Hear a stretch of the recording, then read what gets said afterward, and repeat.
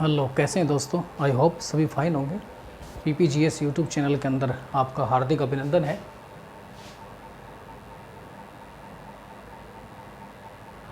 पर्यावरण अध्ययन, देखिए पर्यावरण अध्ययन से संबंधित एग्रीकल्चर टॉपिक से रिलेटेड कुछ इंपॉर्टेंट क्वेश्चन है जो कि REET level first REET level second दोनों के लिए ही मोस्ट इम्पोर्टेंट क्वेश्चन है। तो मुख्य रूप से हम बात करें, पहला ही जो क्वेश्चन आपके सामने आ रहा है, भारत में हरित क्रांति किस फसल में सर्वाधिक सफल रही है। भारत में हरित क्रांति किस फसल में सर्वाधिक सफल रही है। देखिए भारत में हरित क्रांति 1966 में हुई थी और हरित क्रांति का फादर भारत में एम.एस. स्वामीनाथन को कहा जाता है। एम.एस. स्वामीनाथन को कहा जाता है, जो कि भारत में मुख्य रूप से 1966-67 में हरित क्रांति की शुरुआत हुई थी। एम.एस. स्वामीनाथन को इसका फादर कहा जाता है। इसके फलस्वरूप मुख्य रूप से गेहूँ व चावल इनके उत्पादन में बहुत अधिक मात्रा में वृद्धि हुई थी। मुख्य रूप से इन दोनों ही फसलों के मामले में बहुत अधिक मात्रा में भारत में उन्नति की थी। मुख्य रूप से अगर बात करें तो मुख्य रूप से गेहूं, उसके बाद नंबर 2 उत्पादन बढ़ा था चावल का। तो 1966 में हरित क्रांति के फलस्वरूप भारत में जो हरित क्रांति थी उसके फलस्वरूप गेहूं व चावल के उत्पादन में बहुत अधिक मात्रा में वृद्धि हुई थी। 1966-67 में हुआ था। भारत में इसके फादर एम.एस. स्वामीनाथन को माना जाता है। यही क्रांति की अगर विश्व लेवल पे बात करें तो नॉर्मन बोरलॉग को विश्व स्तर पर हरित क्रांति का जनक फादर कहा जाता है। सबसे अधिक गेहूं उत्पादक देश का नाम है। देखिए विश्व में सबसे अधिक मात्रा में अगर गेहूं उत्पादक देश की बात करें तो प्रथम स्थान चाइना का है और चाइना के बाद नंबर 2 स्थान पे भारत का है। सर्वाधिक गेहूं का उत्पादन करता चाइना है और नंबर 2 पर भारत है। नेक्स्ट हम बात करें, हरित क्रांति के फलस्वरूप कुल खाद्यान्न उत्पादन में निम्नलिखित में से किसका अंश कम हो गया था। देखिए किसका अंश कम हो गया था। मुख्य रूप से हरित क्रांति होने के बाद में गेहूं और चावल इन फसलों का उत्पादन तो काफ़ी मात्रा में बढ़ा था, लेकिन हम बात करें मोटे अनाज, जो मोटे अनाज थे उनका उत्पादन काफ़ी मात्रा में कम हो गया था। ये अक्सर पूछा जाता है कि हरित क्रांति के फलस्वरूप भारत में किन फसलों का उत्पादन कम हो गया था। तो आप याद रखेंगे जो मोटे अनाज थे, मोटे अनाज का उत्पादन भारत में कम हो गया था। मोटे अनाजों के उत्पादन में विश्व में प्रथम स्थान किस देश का है। देखिए मोटे अनाजों के उत्पादन में भारत, पूरे विश्व की हम बात करें तो प्रथम स्थान भारत रखता है। पूरे विश्व में भारत का प्रथम स्थान है। भारत के किस प्रदेश में गेहूं का उत्पादन सर्वाधिक होता है। देखिए भारत में गेहूं का उत्पादन की हम बात करें तो प्रथम स्थान हम बात करें उत्तर प्रदेश, उसके बाद बात करें हम पंजाब, और उसके हम बात करें मध्य प्रदेश, और उसके बाद हम बात करें हरियाणा। देखिए भारत में मुख्य रूप से ये कुछ राज्य हैं गेहूं उत्पादक, प्रमुख राज्य हैं, और भी राज्यों में उत्पादन होता है, लेकिन मुख्य उत्पादक राज्यों की हम बात करें उत्तर प्रदेश, पंजाब, मध्य प्रदेश, हरियाणा, ये भारत में मुख्य रूप से गेहूं उत्पादक राज्य हैं। और हरित क्रांति के फलस्वरूप जो गेहूं की अधिक मात्रा में प्रोडक्शन जो स्टार्ट हुआ था मुख्य रूप से उत्तर प्रदेश, पंजाब व हरियाणा। अगर सर्वाधिक मात्रा में उत्पादन की बात करें तो सर्वाधिक मात्रा में उत्पादन गेहूं का उत्तर प्रदेश में होता है, लेकिन प्रति हेक्टेयर की दृष्टि से देखें तो सर्वाधिक मात्रा में उत्पादन पंजाब में होता है, उसके बाद हरियाणा में होता है। प्रथम स्थान उत्तर प्रदेश, लेकिन प्रति हेक्टेयर की क्षेत्र, अगर प्रति हेक्टेयर मतलब इतनी ही ज़मीन उत्तर प्रदेश के पास हो, इतनी ही ज़मीन पंजाब के पास हो, इस तरह प्रति हेक्टेयर की क्षेत्र दृष्टि से देखें तो पंजाब में सर्वाधिक मात्रा में इसका उत्पादन होता है और हरियाणा में भी अधिक मात्रा में होता है। अगला है, भारत में सोयाबीन का सर्वाधिक उत्पादन करने वाला राज्य है। तो भारत में सोयाबीन का सबसे अधिक उत्पादन करने वाला अगर राज्य की बात करें मध्य प्रदेश भारत में सोयाबीन का सबसे अधिक उत्पादन करने वाला राज्य है, अर्थात सोयाबीन का सर्वाधिक मात्रा में अगर कहीं प्रोडक्शन होता है तो मध्य प्रदेश में होता है। नेक्स्ट है, भारत में खाद्यान्नों का सर्वाधिक उत्पादन करने वाले राज्यों का सही अवरोही क्रम है। सबसे अधिक खाद्यान्न उत्पादन करने वाले राज्यों का अवरोही क्रम तो आप जानते हैं, बढ़ते से ऊपर से नीचे आता है क्रम, जैसे 5, 4, 3, 2 इस तरह का जो क्रम होता है। सर्वाधिक खाद्यान्न उत्पादन की बात करें तो सर्वाधिक खाद्यान्न उत्पादन अपने भारत में एक तो उत्तर प्रदेश की बात करो तो उत्तर प्रदेश भारत के जनसंख्या की दृष्टि से सबसे बड़ा राज्य है। राजस्थान क्षेत्रफल की दृष्टि से सबसे बड़ा राज्य है। तो उत्तर प्रदेश सर्वाधिक मात्रा में खाद्यान्न उत्पादन होता है। उसके बाद हम बात करें पंजाब, नंबर 2 पे पंजाब, और उसके बाद नंबर 3 पे हम बात करें मध्य प्रदेश। ये 3 राज्य हैं जिनके अंदर खाद्यान्न उत्पादन की दृष्टि से प्रथम स्थान उत्तर प्रदेश है, सेकंड पंजाब है और थर्ड मध्य प्रदेश राज्य का स्थान उत्पादन आता है। अगला गेहूं उत्पादन करने वाले राज्यों का सही अवरोही क्रम है। सर्वाधिक मात्रा में गेहूं उत्पादक राज्य की बात करें, प्रथम स्थान पर रखता है उत्तर प्रदेश। नंबर 2 स्थान की हम बात करें पंजाब, और उसके बाद नंबर 3 पे आएगा आपका मध्य प्रदेश। ये अवरोही क्रम में सर्वाधिक मात्रा में गेहूं उत्पादन की बात करें उत्तर प्रदेश, उसके बाद पंजाब और उसके बाद मध्य प्रदेश। दालों का सर्वाधिक उत्पादन करने वाले राज्यों का सही अवरोही क्रम है। दालों का सर्वाधिक उत्पादन करने वाले राज्यों का अवरोही क्रम है। अवरोही क्रम की बात करें, सबसे पहले मध्य प्रदेश, मध्य प्रदेश के बाद महाराष्ट्र, पहला नंबर पे मध्य प्रदेश, नंबर 2 पे महाराष्ट्र और नंबर 3 पे है राजस्थान। नंबर 3 पे क्या है? राजस्थान। यानी दाल उत्पादन करने वाला प्रथम राज्य मध्य प्रदेश, उसके बाद महाराष्ट्र और उसके बाद अपना राजस्थान। तो इस प्रकार ये 3 राज्य हैं जो दाल उत्पादन की दृष्टि से प्रथम, द्वितीय और तृतीय स्थान पर हैं। दालों की उत्पादकता में प्रथम स्थान पर है, दालों की उत्पादकता में प्रथम स्थान पर है झारखंड। झारखंड और झारखंड खनिज उत्पादन की दृष्टि से भी भारत का बहुत अधिक एक समृद्धशाली राज्य है। सर्वाधिक क्षेत्र में बोई जाने वाली फसल है। देखिए भारत में सर्वाधिक क्षेत्रफल, यानी भारत का जितना क्षेत्रफल है उसमें सर्वाधिक क्षेत्र में बोई जाने वाली फसल चावल है। याद रखेंगे, चावल है जो कि भारत के अंदर सर्वाधिक क्षेत्रफल पर बोई जाने वाली फसल है। इसके अलावा चावल भारत की मुख्य खाद्यान्न फसल है। अगर भारत की मुख्य खाद्यान्न फसल की बात करें तो चावल भारत की मुख्य खाद्यान्न फसल भी है। आप अक्सर आंसर गलत देते हैं गेहूँ, गेहूँ ने होकर भारत की मुख्य खाद्यान्न फसल, मुख्य खाद्यान्न फसल चावल है।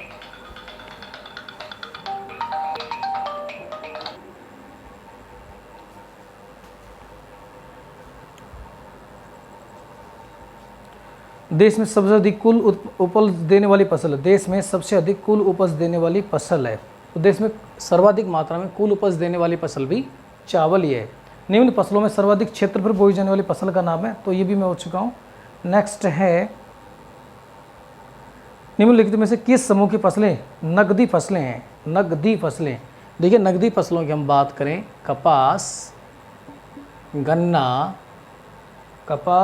केला, कपास, गन्ना, केला, इन फसलों को नकदी फसल के रूप में रखा जा सकता है। अर्थात कपास है, गन्ना है, केला, इनको नकदी फसलों के रूप में रखा जाता है, जिनको बेचकर मार्केट में तुरंत आप पैसे प्राप्त कर सकते हैं। नेक्स्ट हम बात करें, भारत में किस प्रकार के रासायनिक उर्वरकों की खपत सबसे अधिक है? देखिए भारत में सबसे अधिक मात्रा में जिन रासायनिक उर्वरकों की खपत सर्वाधिक है वो है नाइट्रोजनी। क्या है वो? नाइट्रोजनी जो उर्वरक हैं उसकी खपत अपने भारत में सर्वाधिक मात्रा में पाई जाती है। हरा सोना किसे कहा जाता है? हरा सोना, हरा सोना किसे कहते हैं? अगर हरा सोना की बात करें तो चाय को हरा सोना कहते हैं, चाय को हरा सोना कहा जाता है। मुख्य रूप से जो दार्जिलिंग है, असम क्षेत्र, वहाँ पर काफ़ी अधिक मात्रा में चाय का उत्पादन किया जाता है। नेक्स्ट है, खरीफ फसलों का सही समूह है। खरीफ फसलों का सही समूह है। देखिए मुख्य रूप से 2 प्रकार की फसलें बोई जाती हैं, एक रबी की फसल और एक खरीफ की फसल। रबी की जो फसल होती है वो अक्टूबर नवंबर के अंदर बोई जाती है, जिसको हम मार्च या अप्रैल में काट लेते हैं। सर्दियों के अंदर जो फसल बोई जाती है उसको रबी की फसल बोलते हैं।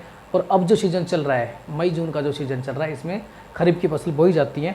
तो यहाँ पर एक क्वेश्चन ये है, कौन सा समूह खरीफ फसलों का सही समूह है? तो खरीफ फसलों की हम बात करें तो इसमें आएगा चावल, उसके बाद ज्वार, बाजरा, चावल, ज्वार, बाजरा, मक्का और कपास। मक्का और कपास ये मुख्य रूप से खरीफ की फसलें हैं। ये मुख्य रूप से खरीफ की फसलें हैं। चावल, ज्वार, बाजरा, मक्का, ये सारी सारी खरीफ की फसलों की श्रेणी के अंदर आते हैं।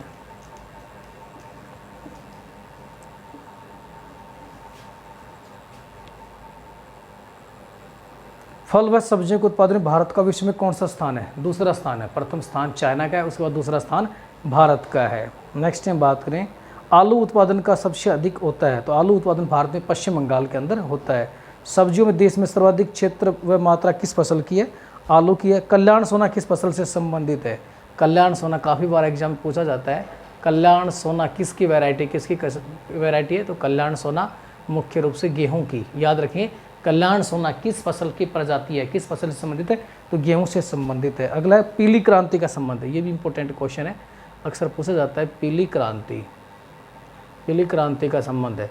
तो पीली क्रांति का जो संबंध है तिलहन उत्पादन से, यानी तिलहन उत्पादन से पीली क्रांति का संबंध है। पीली क्रांति का संबंध की बात करें तिलहन उत्पादन से इसका संबंध है। 12 मासी फसल है, यानी पूरे वर्ष उत्पादित होने वाली फसल है नारियल। कौन सी है? नारियल। और नारियल मुख्य रूप से केरल, तमिलनाडु का जो क्षेत्र है उसमें काफ़ी अधिक मात्रा में नारियल का प्रोडक्शन किया ना, काफ़ी अधिक मात्रा में नारियल को वहाँ पर खेती होती है। भारत में फसलें किस मानसून पर अधिक निर्भर होती हैं? तो भारत में जो मुख्य फसलें रूप है दक्षिण पश्चिम मानसून, यानी दक्षिण पश्चिम जो मानसून है वो भारत में फसलों को प्रभावित करता है। दक्षिण पश्चिम मानसून, दक्षिण पश्चिम मानसून भारत में खेती को बहुत अधिक मात्रा में प्रभावित करता है। अब अगर मानसून की बात करें, सबसे पहले मानसून हमारे भारत में केरल राज्य के अंदर प्रवेश करता है। केरल राज्य के अंदर मानसून सबसे पहले प्रवेश करता है, उसके बाद धीरे धीरे ऊपर प्रवेश करता है। लगभग जो मानसून है वो जून के फर्स्ट सप्ताह में सबसे पहले केरल के माध्यम से, अर्थात दक्षिण भारत के माध्यम से भारत में एंट्री करता है। और इसकी जो अलग अलग ब्रांच है, मुख्य रूप से दक्षिण पश्चिम मानसून हमारी फसलों के लिए बहुत ही अच्छा होता है। भारत की प्रमुख खाद्य फसल का नाम क्या है? तो अभी मैंने बता भी दिया आपको, भारत की प्रमुख खाद्य फसल चावल है। भारत की मुख्य खाद्यान्न फसल, अक्सर आप गलत करते हैं, भारत की मुख्य जो खाद्यान्न फसल है वो कौन सी है? चावल है, गेहूँ नहीं है।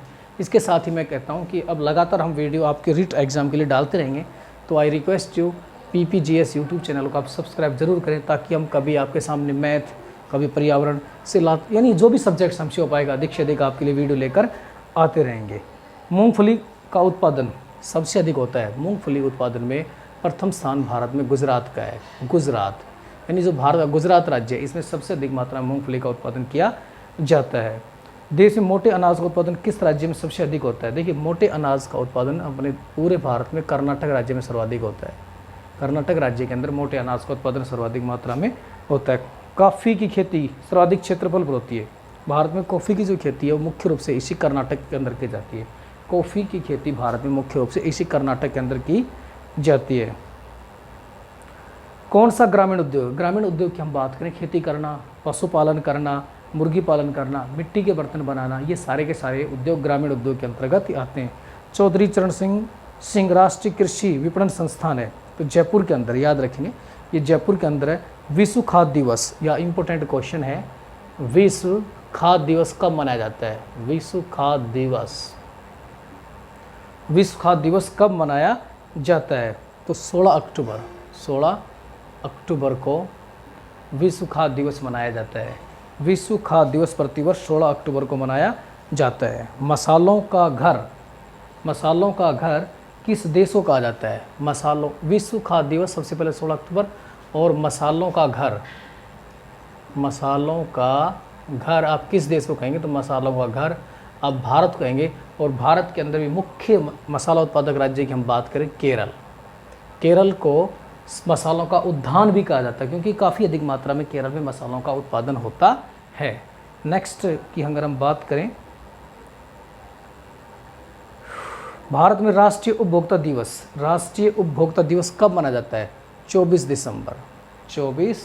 दिसंबर को, याद रखेंगे।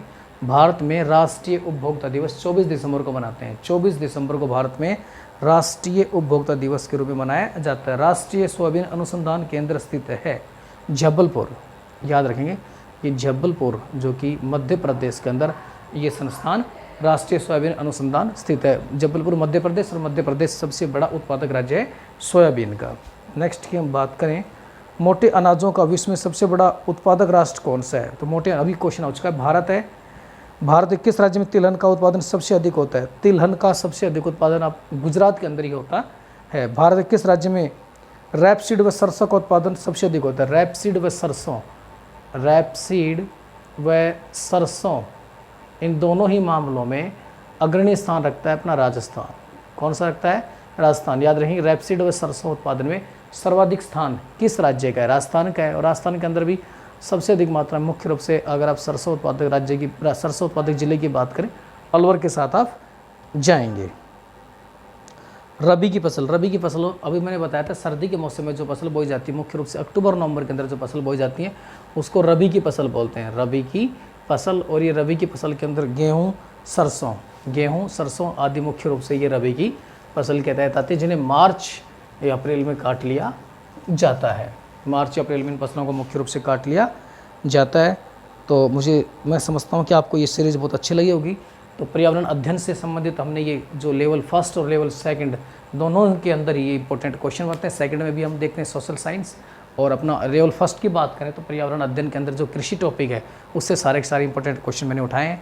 आई होप मेरा एफर्ट्स आपको अच्छा लगा होगा। अच्छा लगा तो PPGS यूट्यूब चैनल को आप सब्सक्राइब कर लीजिए, क्योंकि लगातार वीडियो सीरीज़ में आपके लिए लाता रहूँगा। वंदे मातरम।